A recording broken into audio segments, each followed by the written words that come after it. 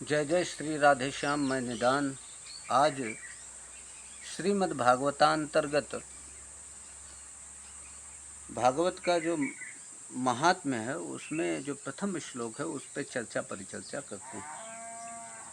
सच्चिदानंद रूपाय विश्वोत्पत्त्यादि Hathaway तापत्रय विनाशाय श्री कृष्णाय वयं नमः। हम सबसे पहले भगवान श्री कृष्ण को प्रणाम करते हैं। ये अलग बात है कि हमने अभी तक प्रणाम संसार को किया है। हम प्रणाम इसलिए किसी को भी करते हैं कि हमें लगता है कि हमें उससे कुछ सुख मिलेगा। ये अलग बात है कि संसार में सुख नहीं, कभी था भी नहीं, लेकिन हम अज्ञान में थे तो हमें लगता था कि जो प्रत्यक्ष में है, जो दिख रहा है, वही सुख का साधन है, उसी से सुख मिलेगा। लेकिन सुख संसार में नहीं है, सुख कहीं दूसरी जगह।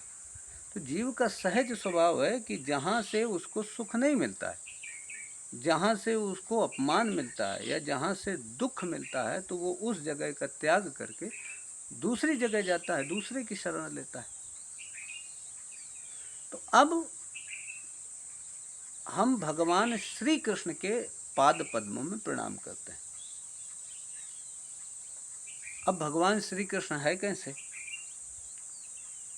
भगवान श्री कृष्ण सत्य स्वरूप हैं, चित स्वरूप हैं और आनंद स्वरूप है।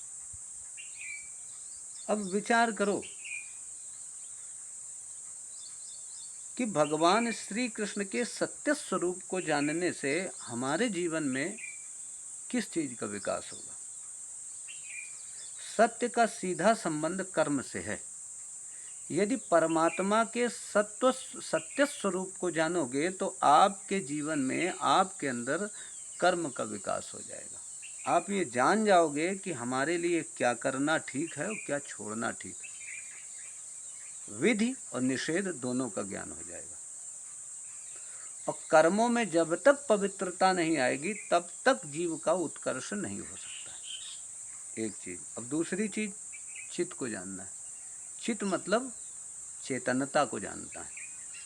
आपको ये बोध होगा जैसे ही परमात्मा के चित्त स्वरूप से जुड़ोगे या चित्त स्वरूप को जानोगे कि मैं कौन हूँ,